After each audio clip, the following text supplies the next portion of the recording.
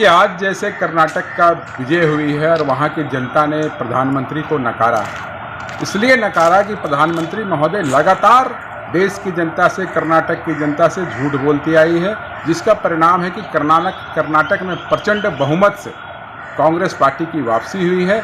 और राहुल गांधी जी का जो पदयात्रा था, कर्नाटक की जनता से डायरेक्ट लगाव था, उनका सबसे संवाद था, उसका परिणाम भी देखने को मिल रहा है। तो ये बोला जाए कि जिस प्रकार राहुल गांधी ने मेहनत करके इस देश को एक भय के मुक्ति दिलाने के लिए पदयात्रा की थी, उसका परिणाम कर्नाटक की जनता ने दी है।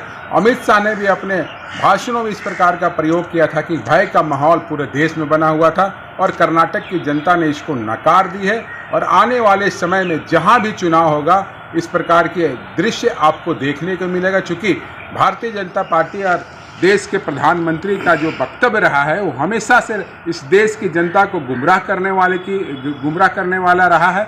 ना ही वो बेरोजगारी पे बात कहते हैं, ना ही महंगाई पे बात बोलते हैं, ना ही भ्रष्टाचार पे बात बोलते हैं। और सबसे अधिक भ्रष्टाचार अगर देश में हुई आज़ादी के बाद तो ये भारतीय जनता पार्टी की सरकार में हो रही है, जिसको देश की जनता ने अब समझ ली है। और धीरे धीरे जहाँ जहाँ चुनाव होंगे, राहुल जी ने भी इस चीज़ को बोला है कि अब ये देखने को हर जगह मिलेगा कि एक भ्रष्ट सरकार को कैसे हटाया जाए। कर्नाटक की शानदार और ऐतिहासिक जीत के लिए कांग्रेस के राष्ट्रीय अध्यक्ष माननीय मल्लिकार्जुन खड़गे जी भारत जोड़ो यात्रा के माध्यम से देश में नई क्रांति का संचार करने वाले महानायक राहुल गांधी जी और कांग्रेस की देश तर्रार महासचिव प्रियंका गांधी जी सहित कर्नाटक के तमाम नेता और कार्यकर्ता बधाई के पात्र हैं। कर्नाटक की जनता के प्रति आभार प्रकट करने और नमन करने का दिन है, जिन्होंने भ्रष्टाचार के खिलाफ लड़ाई का एक बिगुल फूंका है। दक्षिण भारत से भाजपा का सफाया हो चुका है। महंगाई से लड़ने के लिए ग्रेनों की यह जीत है।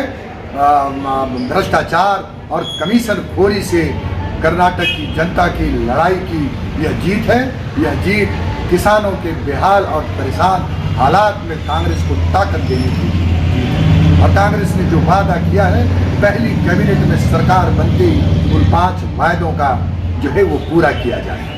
सीधा श्रेय इस हार का अगर किसी को जाता है तो प्रधानमंत्री जी को जाता है। अगर जीत होती है तो इसका श्रेय वो लेते हैं, और हार होता है तो जेपी नड्डा जी ये नहीं चलेगा। ये सीधे तौर पर प्रधानमंत्री जी की हार है। ये हार है उन नफरत की जो बजरंग बली को सामने रखकर देश में धार्मिक ध्रुवीकरण करना चाहते थे। बजरंग बली ने भ्रष्टाचार के खिलाफ लड़ने के लिए कांग्रेस को आशीर्वाद दिया।